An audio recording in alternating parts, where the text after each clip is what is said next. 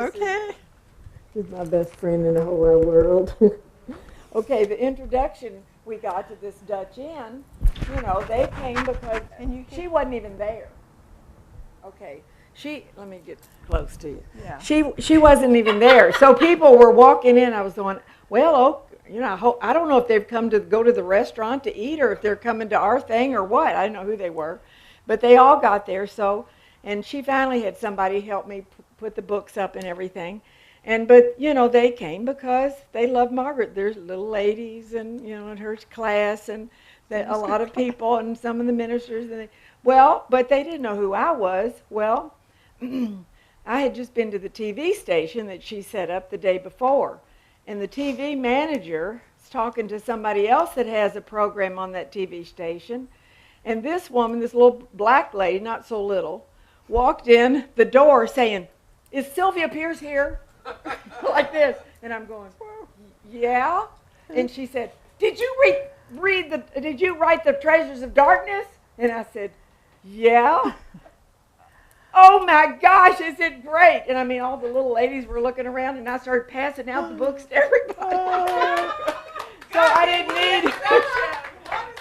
need an introduction. Now she wants to do a TV show with me.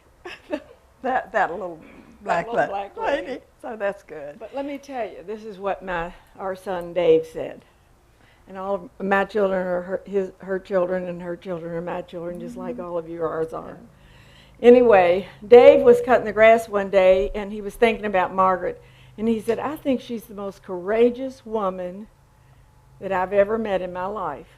And because he knows, really, how she has stood alone as an acorn, really. I mean, family members have not been favorable. Immediate family and mom and dad, mom especially, who was a great, wonderful spirit woman, but yet could not see what Margaret would stand for. And David said, "Gosh, if I had my mom, my dad, you know, everybody I knew, everybody in my family against me, I don't think I could stand."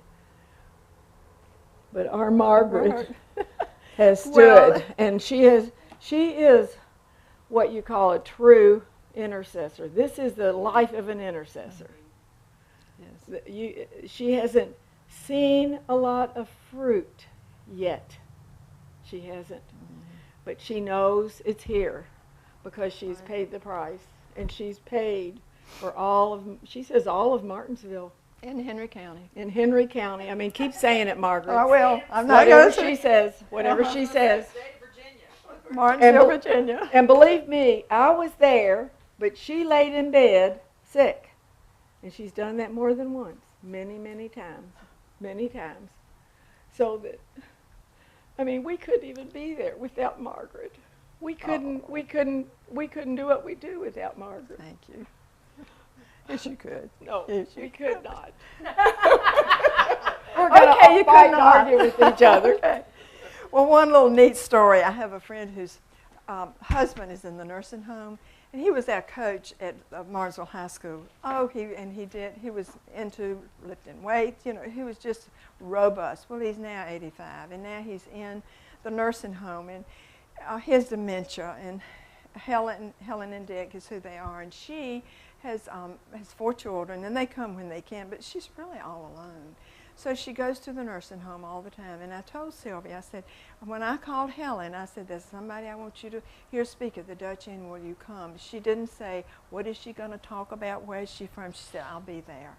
Well, would you believe, she came in and sat down right beside Sylvia.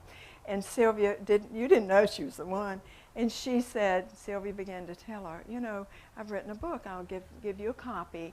And it's, when God gives us these dark places, they're really treasures inside.